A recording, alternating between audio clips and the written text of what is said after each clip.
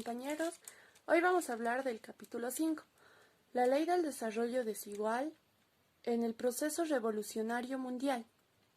La crítica decolonial apunta contra el marxismo, defendiéndolo como un eurocéntrico.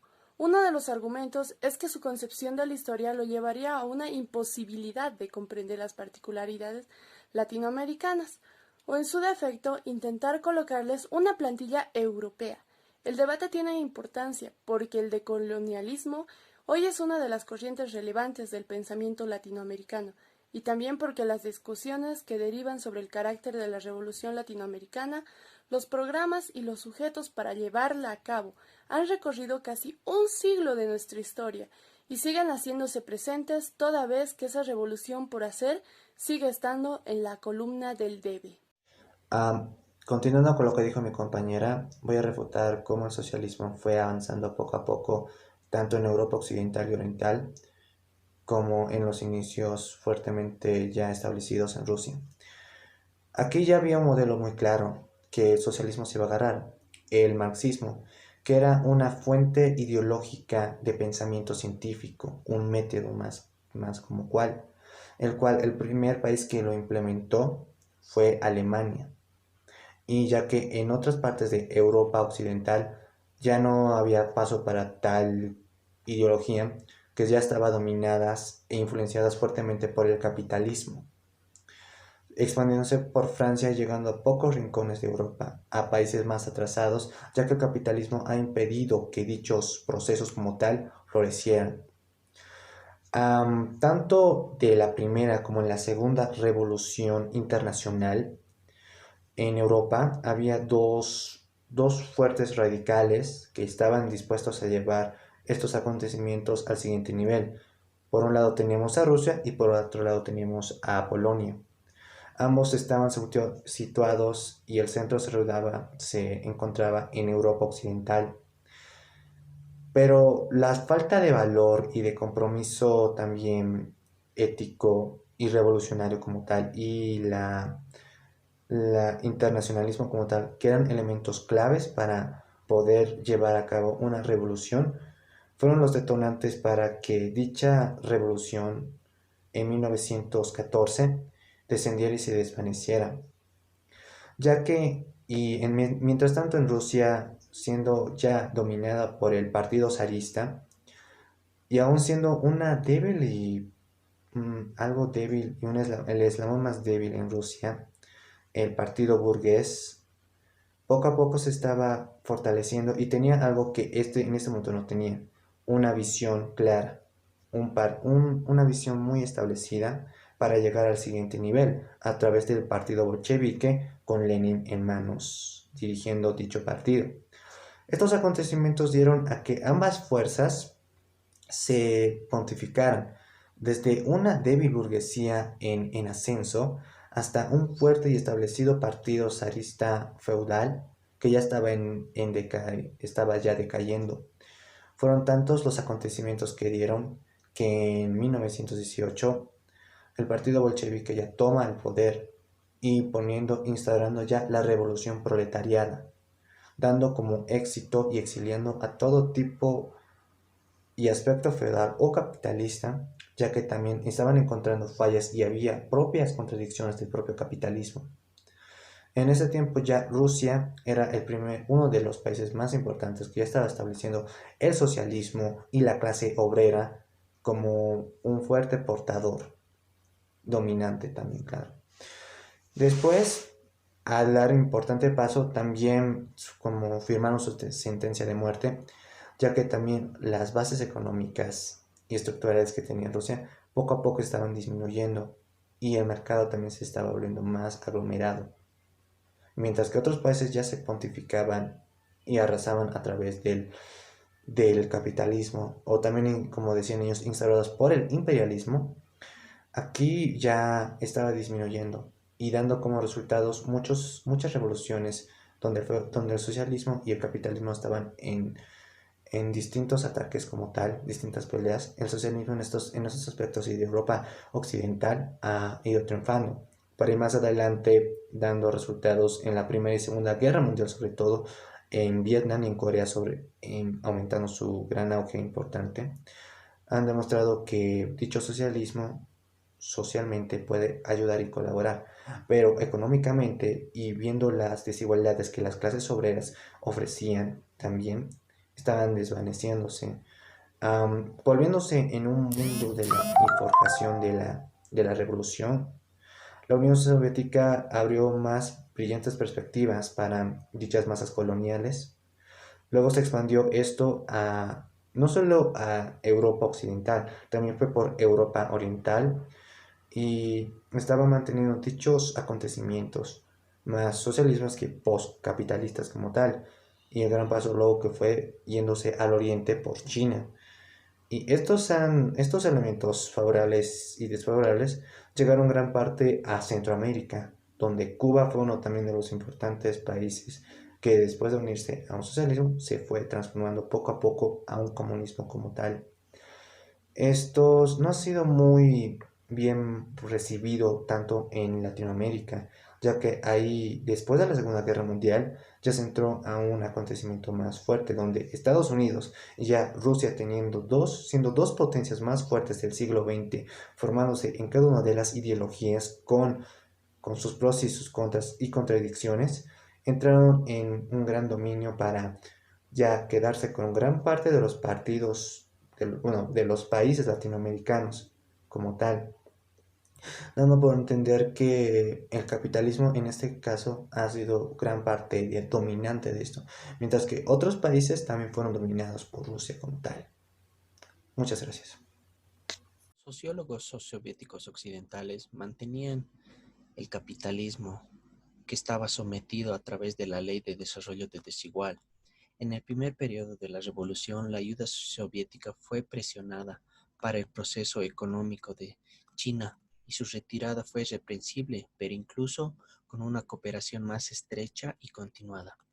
Las relaciones chino-soviéticas se han visto afectadas adversamente, más de lo que quieren reconocer sus dirigentes por el alcance que tenía y que estaban restringidos a través de la Revolución Mundial. Actualmente, tres grandes procesos contribuyen a promover la revolución mundial y las acciones y las reacciones de sus fuerzas motrices sirven para acelerar o demorar su desarrollo con la revolución colonial. La revolución colonial orientada a democratizar los estados obreros degenerados o la revolución proletaria en los países imperialistas. En el retraso de la revolución proletaria en los países imperialistas. Esto ha impedido que sin duda alguna, en general, que la revolución colonial tomase el camino socialista. Las tendencias fundamentales que compiten por conseguir la adhesión de los obreros con consecuencia de la clase ofrecen respuestas completamente distintas a los problemas ya planteados. Entre tanto, la coexistencia pacífica entre gobiernos comunistas y capitalistas en la arena internacional completamente por la colaboración de clases con los elementos progresistas y amantes de la paz. A todo esto podemos decir que las enseñanzas de Marx y Lenin a través de los maoístas consideran que la revolución colonial no como el área de actividad revolucionaria más intensa e importante y de mayores logros en la fase actual, sino como la fuerza fundamental en el movimiento mundial hacia el socialismo. Tras las enseñanzas de Marx y Lenin, las relaciones entre las clases en las fortalezas imperialistas, así como en un artículo que conmemora el primer aniversario. Viva la victoria de una guerra popular. Y en septiembre de 1966 que la Gran Bretaña constituye el 90% de la población y el imperialismo de los Estados Unidos. Era la batalla decisiva entre la revolución y la contrarrevolución, de la que depende el futuro del mundo. También se decía que era una batalla decisiva entre el socialismo y el imperialismo capitalista, por lo que beneficia a las naciones más oprimidas y por los golpes al imperialismo. En relación a la Cuarta Internacional, las conquistas económicas, militares y diplomáticas conseguidas por los estados obreros existentes, y sus aliados coloniales son poderosos impulsos para el avance del socialismo. Y nos preguntamos, ¿cómo hay que tratar esos desequilibrios acentuados? El marxismo nos enseña que las contradicciones ineludibles del periodo de transición del capitalismo al socialismo pueden solo ser profundizados por los procesos revolucionarios. Los obreros de los países frecuentemente industrializados tienen un papel insustituible para al cabo de eliminar las deficiencias y distinciones múltiples. Hablemos de Kremlin con el reformismo social demócrata, que en las próximas décadas la política nacional y mundial van a ser tranquilos y pacíficos, decía. Y por otro lado nos preguntamos, ¿quién pensaba que en 1950 Cuba emprendería a fines de la década del mundo hacia el socialismo? Pues al llegar al enfrentamiento decisivo, los defensores del capitalismo en Rusia, Yugoslavia, China y Cuba se encontraron sin suficientes medios para salvar sus fuentes de poder y se convirtieron en víctimas de la ley del desarrollo desigual y combinado. Todas las revoluciones victoriosas de este siglo han tenido lugar en países menos desarrollados. Han transformado en el contrario la expectativa de Marx que la revolución socialista empezaría en los países más avanzados. Gracias. Siguiendo con el tema, entre 1943 y 1947, los jefes del capitalismo estaban alarmados por los levantamientos obreros en Europa Occidental. Ese peligro para su dominación fue eliminado gracias a la ayuda de Stalin y a los partidos comunistas. Los diversos sectores del neocapitalismo pueden no ser tan impermeables a las consecuencias de los antagonismos de clase. Estados Unidos era un sector rico, fuerte y estable del capitalismo. Ha sido considerado así durante mucho tiempo inmune a la transformación. Sin embargo, hay que preguntarse si los Estados Unidos está destinado a permanecer separado indefinitivamente del movimiento histórico mundial hacia el socialismo.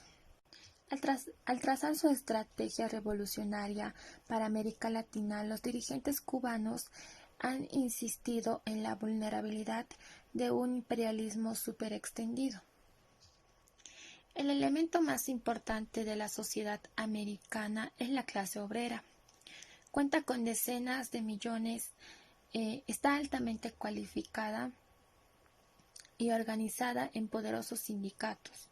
El movimiento obrero americano sigue sin contar con ninguna organización política independientemente, ni con una inspiración socialista. Las mentalidades conservadoras concluyen de la situación actual que hay que descartar a la clase obrera americana como factor revolucionario. La estabilidad social y política del régimen monopolista más sólido del mundo puede trastornarse en cuanto al rechazo de las costosas agresiones de la maquinaria militar. El desarrollo de la lucha por el socialismo no puede evitar verse marcado por irregularidades. Los factores objetivos y los factores subjetivos del proceso revolucionario maduran con ritmos y en medidas distintos. Las dificultades derivadas de las graves desproporciones entre los factores objetivos y los factores subjetivos en la realización de una revolución pueden ser abordadas desde extremos opuestos. Desde 1918, las crisis del régimen capitalista y las tensiones del conflicto entre clases han creado una situación pre-revolucionaria y oportunidad revolucionaria tras otra. Actualmente hay dos desproporciones gigantescas: sobre el avance de la revolución mundial. La primera es que una de ellas es el peligro desfase entre el este revolucionario pero industrialmente atrasado y el oeste sin revolucionar pero económicamente adelantado. Y la otra sería que es la necesidad urgente que tienen las masas obreras rurales de una guía correcta en su combate por el poder y la incapacidad de las direcciones establecidas para desproporcionarlas. Esas condiciones definen la función histórica y plantean la tarea suprema de la Cuarta Internacional, que sería reunir y entrenar una dirección para poder garantizar la victoria definida de las fuerzas del socialismo.